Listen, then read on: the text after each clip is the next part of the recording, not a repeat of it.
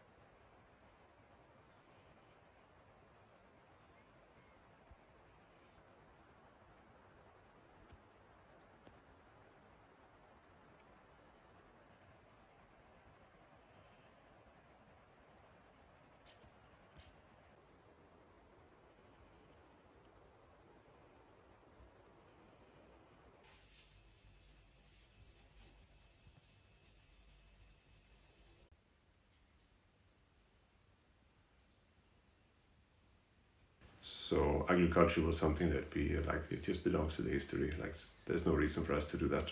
Let's import food and export Volvos and whatever. Now we were selling very with big success.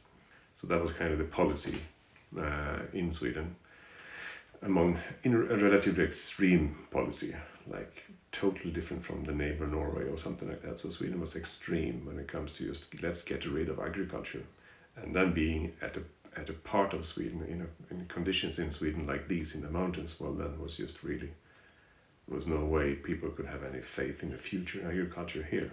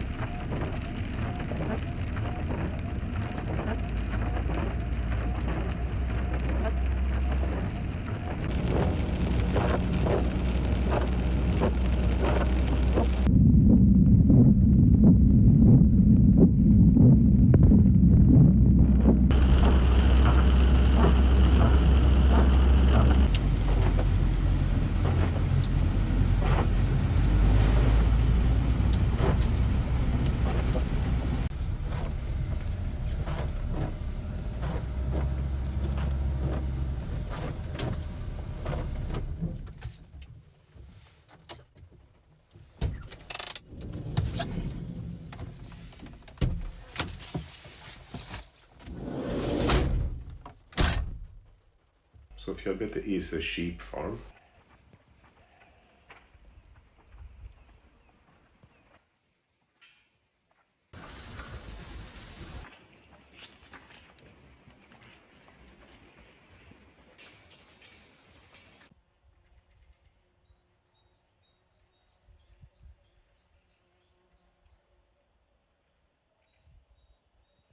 I was kind of fed up of just talking about things.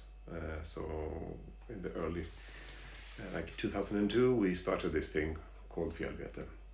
And that was a response to all those thoughts and conversations about that we need to address the alienation between people and the primary production, between the consumers and where the food is produced. And this place of the Valley of Åre being this very strong tourist resort area with a lot of influx of people, it's simply a very dynamic area. So this is where we established this Fjällbete company in order to connect people with the land. That's been the red thread all the time.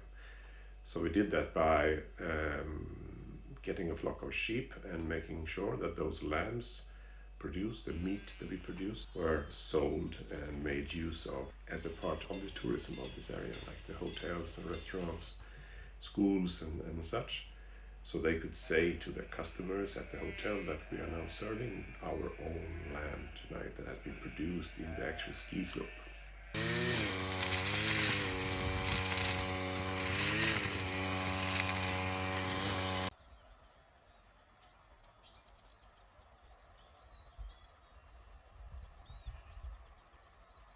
So it's like a matter of honor to have your grass. If you own land, you want your grass to go through a rumen, or at least to be cut or mowed or something like that. It must not look like it has been wasted.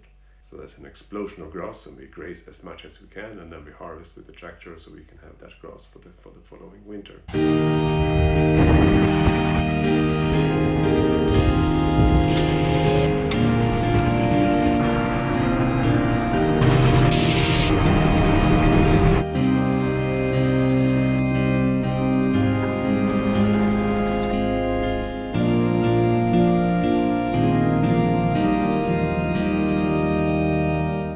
Put all of the grass through animals, through cows and sheep and goats and whatever you had.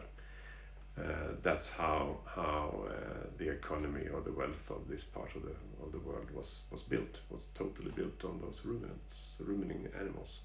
Like growing grain and such things was something that you did like as a niche thing, but an actual production is always from that grass and those animals.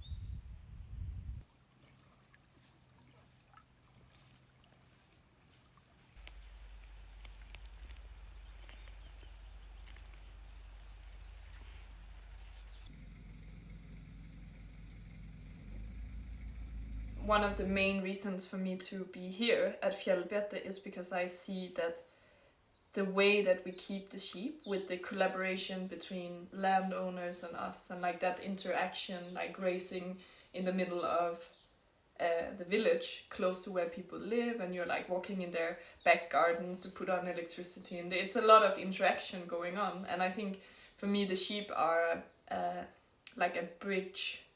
It's a bridging to the community basically. So they are not only a tool for like landscape restoration or like increasing the vitality in the grasslands, they are also a tool to engage local community to participate more in food production.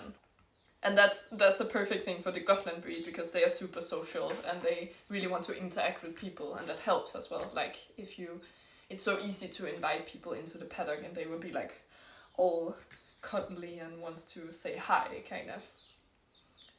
And that have an effect on people, like, and their life.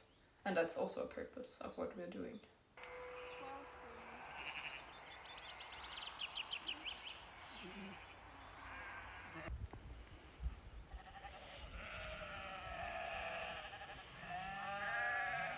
We are in general very disconnected to where our food comes from, and that counts for meat as well. Like, few of the people eating meat have ever tried to kill an animal themselves, and I am completely like, in my opinion, if you're gonna eat meat, you have to be able to kill an animal.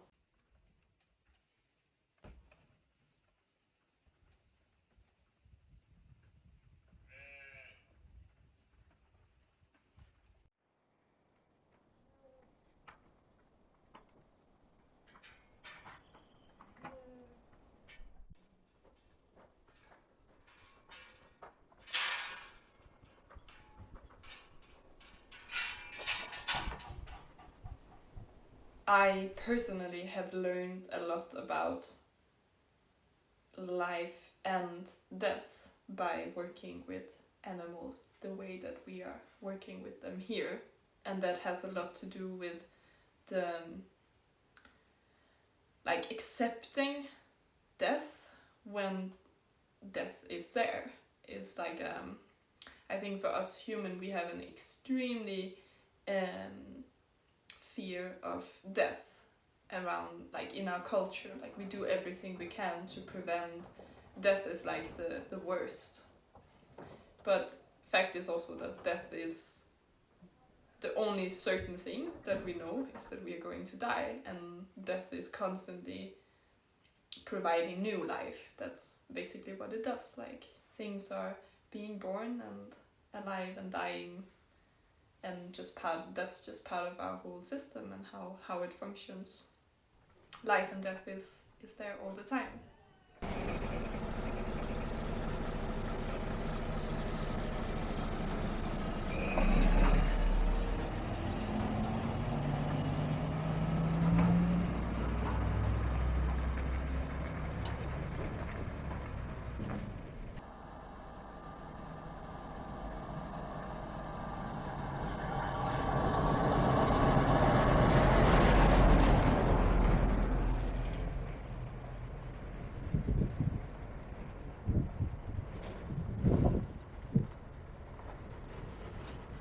I think the lambing might be the best example. Is like we don't take any bottle lambs. Like, we don't, if they're a lamb that doesn't have a mother to take care of it, we will kill it, because we want to respect that kind of like the integrity of the animal. Like, the sheep is a sheep, and the lamb should be brought up by a sheep, not a human. And we want to respect the animals for what they are, and they are not humans. But we care for them anyway. They are our responsibility to care for. But we will care for them in a way on like their like terms, kind of.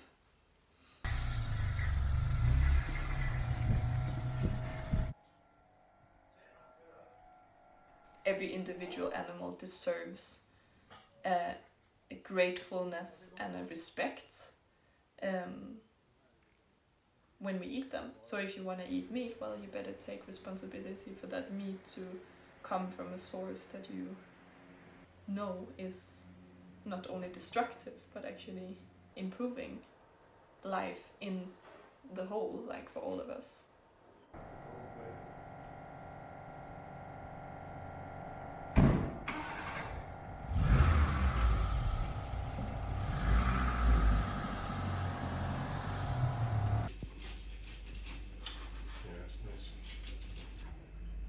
We are not at all in a place where I would say that everyone is just so conscious about what choices that they make in life in general, and that also counts for what kind of food are we eating. And I think a lot of people are still not connecting this, like everything that I do have an effect, like everything that I put my money on, everything that I put my time on, like it will have an effect on not only yourself but like the whole world, kind of. We are being misled by, it's all about the carbon. We just get electric cars and that would be a thing. Like that's so not the case.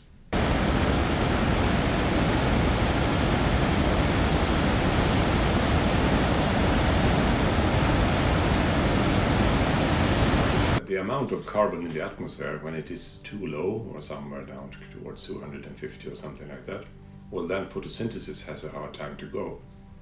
And photosynthesis can be accelerated with more carbon in the air. That's what we do within a greenhouse. We actually put carbon dioxide into the greenhouse to make tomatoes grow more. The normal thing is that nature, with or without Homo sapiens, is making use of as much carbon as possible until the carbon is kind of used up.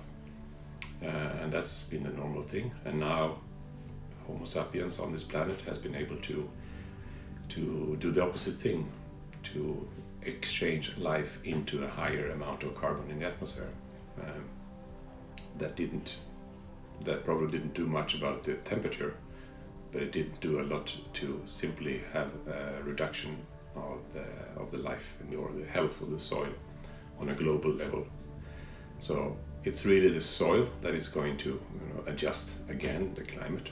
So if we were actually interested in addressing the climate change, we would be interested in how can we make the soil more healthy.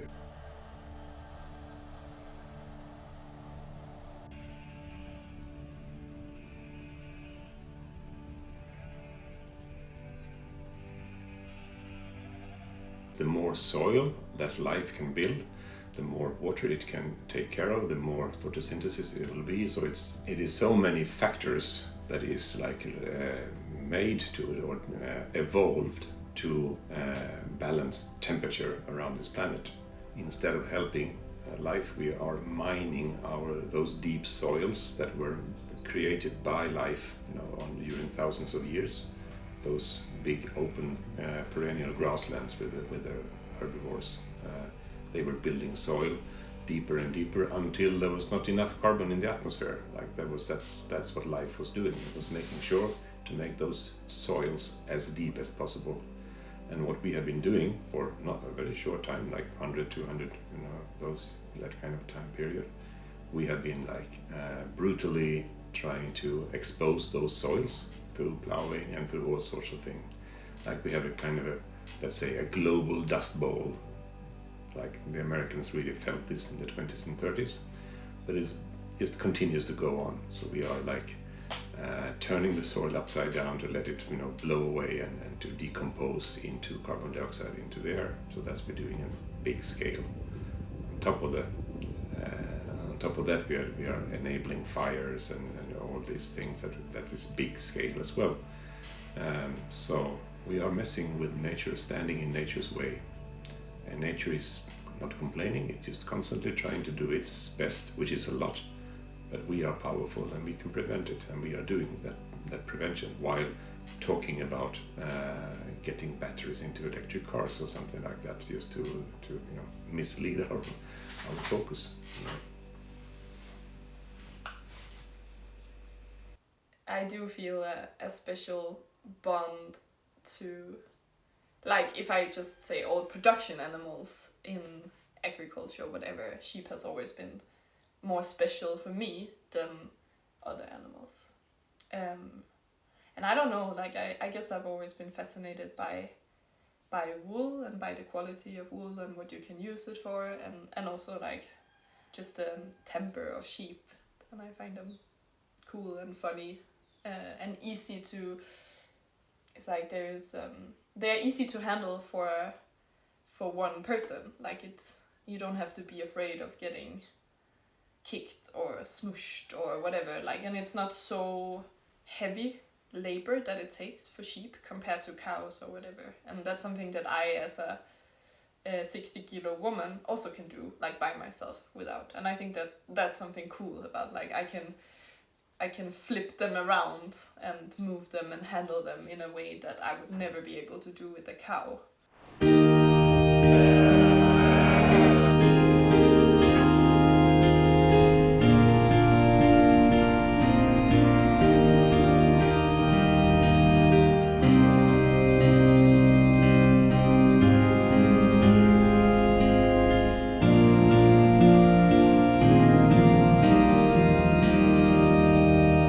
It's more and more asking these sheep to behave more like they would behave in the wild, kind of. So the big thing is that they're doing the lambing themselves outside. That was a big step.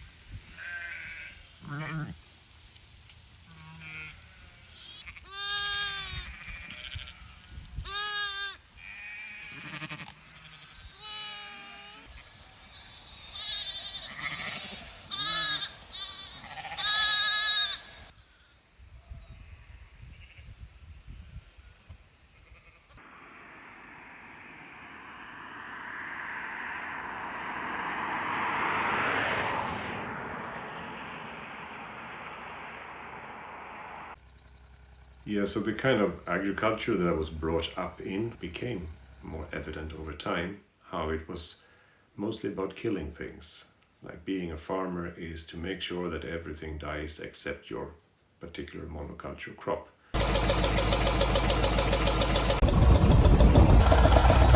With the power of diesel and the power of chemicals, you are in control. And it all becomes like it's reflecting a mindset of a machine.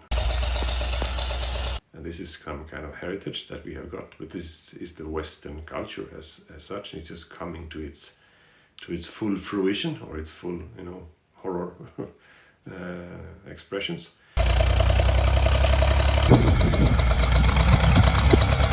My experience is that you kind of need to make a choice here. So is it the case that we are caught in some kind of machine, the machine for death?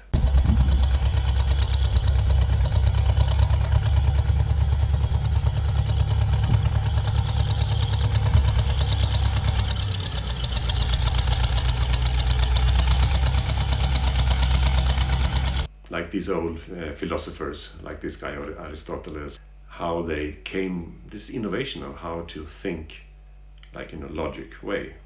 Like we learn a way of thinking that has been creating this machine. It's understandable that when you find a new tool like this that is so powerful, you are kind of amazed by it. So we have been amazed by this thing.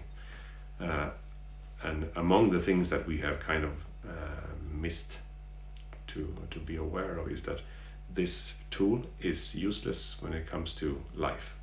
Like it is a amazing machine and tool for everything that is dead that we can measure.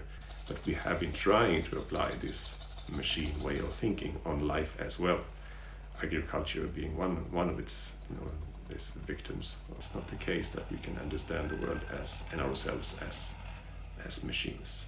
So we need to come to terms with that there is this thing that we can call a soul within ourselves and within everything else that is living, and that we need to recognize or acknowledge that that's how it is, and that's a big part of life as well. Still keeping all the benefits of knowing how to make good machines or handling, being able to have a good argument about something that you have defined according to the Aristotle's mindset of thinking. Like this, it's still powerful, still to be used, but that just realize that it doesn't help us everywhere.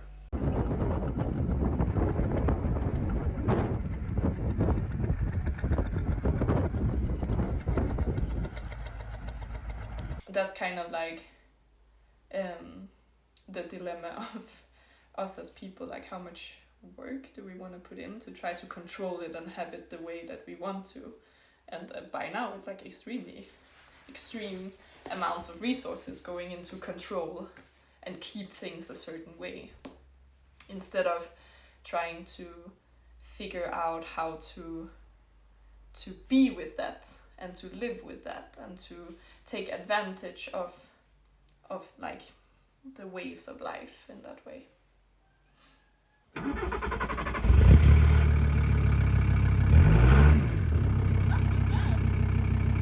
I'm not taking care of grazing animals to eat them all by myself. Like, I'm doing this because I would like to provide something to this community. If you want to have an impact on people's life, you have to be where the people are. So that's like one reason to graze in the village.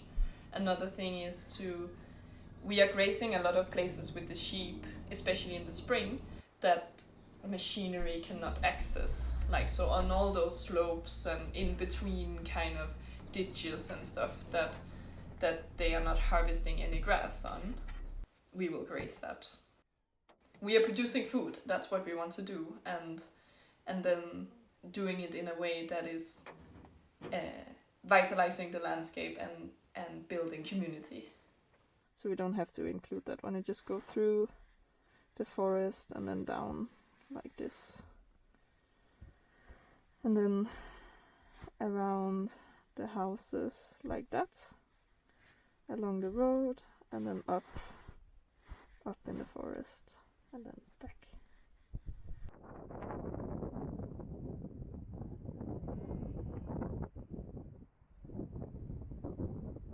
What should I do? Like, just do what everybody else is doing, or do that, go through that school and get that job and do all those things as if you had to, or ask yourself a serious question like, who are you really?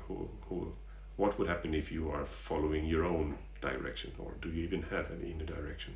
We have some kind of underperforming society, or we have what I would point out as an alienation between people, like simply between people and nature, like the people and the land.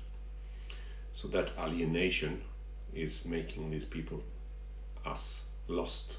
So we are lost. We are evolved, designed to really participate in whatever landscape that we have evolved into. Or like anywhere we go, we are interested in the landscape and how does it work and how can we live from it, and all that we have been separated from. So we are lost and we are not in a very good condition, like we are a bit unhappy. So whenever you see an underperforming ecosystem, you can kind of say that, well, people here must not be that happy, they must be disconnected. So if we want to address the underperforming ecosystem, we need to address the level of people being lost. maybe they had some things back in the days that is valuable to continue nurturing or something like that. And I think one of the most valuable things that I have gotten now that I would not have had if I chose to stay in the city and take a university degree and have a 8 to 4 job is time. Like, I have a lot of time in my everyday life where I can sit down by the river and listen to the water flow, or I can, I don't know, just hike in the mountains, or I don't feel the pressure of having to perform all the time. I have the freedom of just slowly renovating this cabin. Like, I don't have to be done within a week, and that taking off that pressure of having to be a certain place at a certain time to get that money, to pay that rent, to pay for my food. Like, I'm producing my own food, I don't have to pay for that. That's like it's a freedom for me. Like, I have time to be in deep conversation for hours with other people, or whatever, and listen to what I need. In the beginning, it's like, it's hard to, you're constantly feeling that you are missing out on something, or that you are letting go of whatever, like not spending money on materials like clothing or going for a cup of coffee or whatever. Like, it's not really possible here anyway, but in the beginning it can be like, oh, am I missing out on life? But then on the other hand, it's like, no, not really. Like, I just have more time to live, kind of.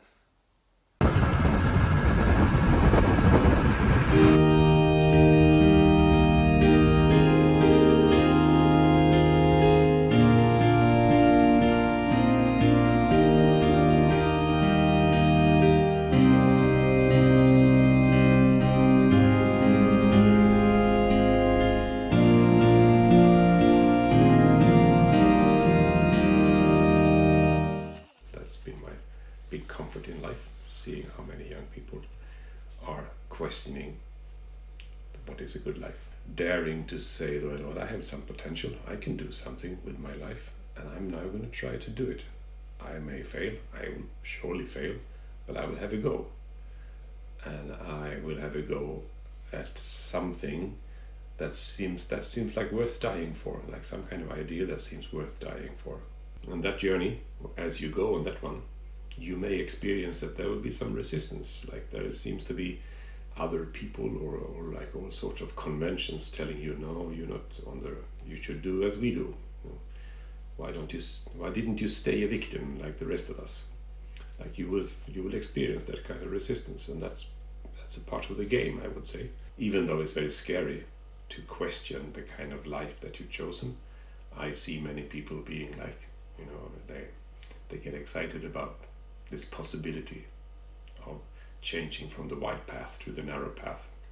And for me, it's easy. Like, I have a couple of kids. I want to have done whatever I could to enable them to have a life where they don't have to go kill each other in a war or something like that. Even though if I may fail, I just want to have done whatever I could. And that gives me enormous satisfaction. So in summertime, all sheep are out grazing, and we apply the principle of rotational grazing or holistic plant grazing, so to say, and that means that we are on purpose moving them to mimic nature, like a flock of animals moving through the landscape. But since we are not moving them freely, we have fences that we fence them in. They will usually not stay in the same paddock for more than 3 days maximum. So in the summertime, everything is basically about fencing and moving.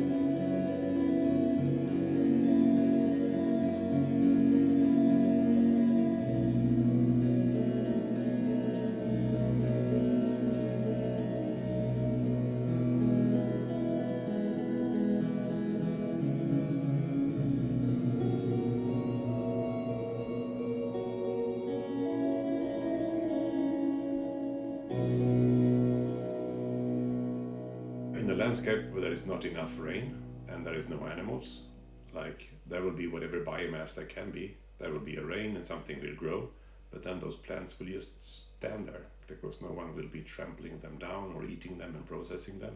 So they will just be standing there in the way for new growth and occupying like biomass like that.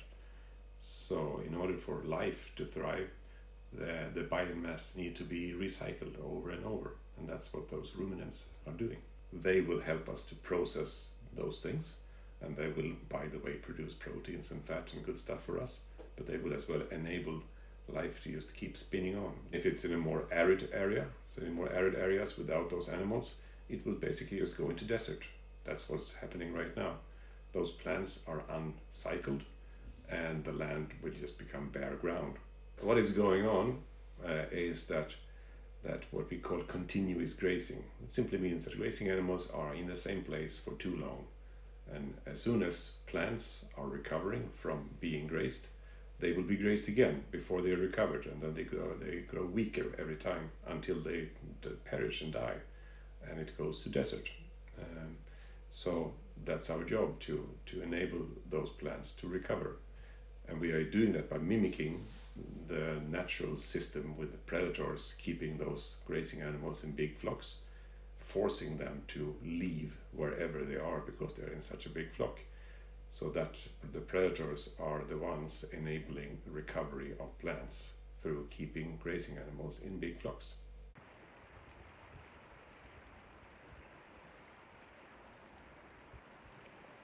We should not come with this idea of I want to eat this or I want to eat that.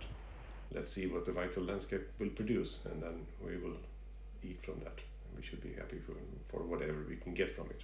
It will be meat, it will be dairy, it will be nuts and fruits and berries and all sorts of such things that a vital landscape wants to produce, will produce. So we just need to be good harvesting of those things.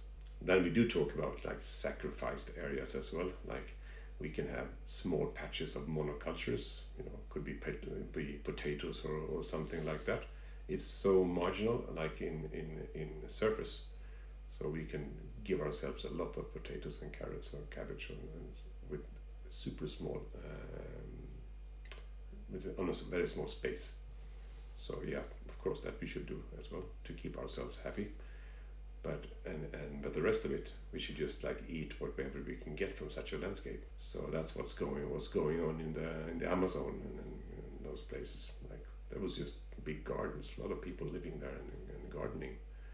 What we thought was a pristine jungle, and this was happening all over the planet. So we go back to that kind of hunter-gathering, but it's more like hunter-gathering management of landscape, something like that. This idea of the forest being the natural kind of ecosystem in places like Sweden or Europe, it simply was not the case. If you have an open piece of land, it will start with that. It will be bacterial, and then it will be like the weeds will come in, and then the perennial grasses will come, and then eventually some shrubs and bushes, and it moves towards forest. So that is a natural order of succession that moves an ecosystem towards a forest. And then we have like animals, all sorts of animals, trying to do the opposite, trying to bring it back to open land. So with enough animals, it will be less forest. Like the animals will prevent those trees from taking over. And in this kind of fight, one may say, between the grassland and the forested land, we have an extremely high productivity or vitality. It's an equilibrium between grassland and forest that is seems to be the most productive, the most vital. Let's say it's some kind of a half-open landscape, which happens to be the kind of landscape that we as a species have been evolving into. Like we are some kind of a savanna species. We know that the mammoth used to be the most spread species from like basically the entire northern hemisphere. It was just like mammoths everywhere. And the mammoth is an extremely specialized animal to eat grass. Like having so many mammoths is telling us that there was just so much grassland. So if the animals are taken away, if there is enough rainfall, it will grow into a dense forest, and it's kind of a stagnation, but it will not be as productive and as vital as that halfway to forest kept by animals kind of ecosystem. So we are trying to re-establish something of the kind of landscape where those mammoths were roaming around. And the sheep can help doing that. Like they will keep the landscape at a state of succession that is like the pioneer state, or like the grazing state. What we see is that we can produce a lot of food where today is only forest, and we can still have forest. We can have higher quality timber and such, and then we can have high quality food as well on that. So there's enormous potential in that.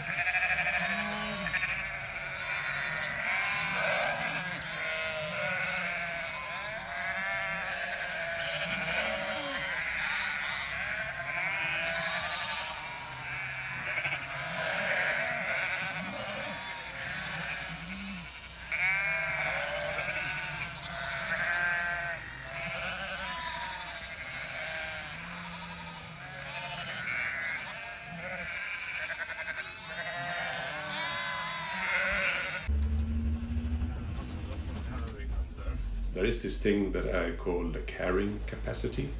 So whenever you go out in nature and then you just see this bird, or you watch this mountain, or you do this, like if you really give the life and the landscape your gaze, you really look at it, like you really take it all in, you will start to care for it. Like it's just something happening. So how can we help the people who do care for the land to have access to it as well? Because we are all responsible for that. So if I live in a city somewhere and I cannot be out there, I should be helping those people who want to.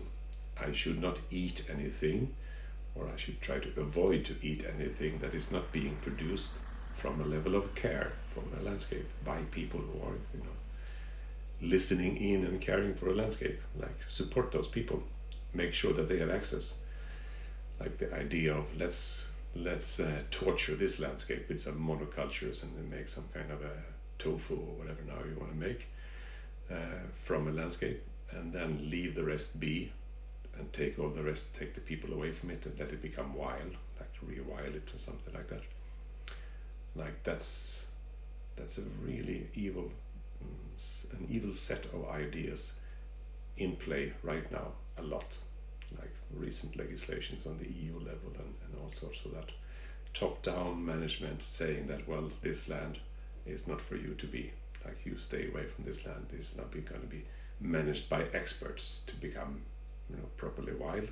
While this land is going to be managed by chemicals and tractors and you can't be there either. So you just, you stay home and you consume and you just do what we say.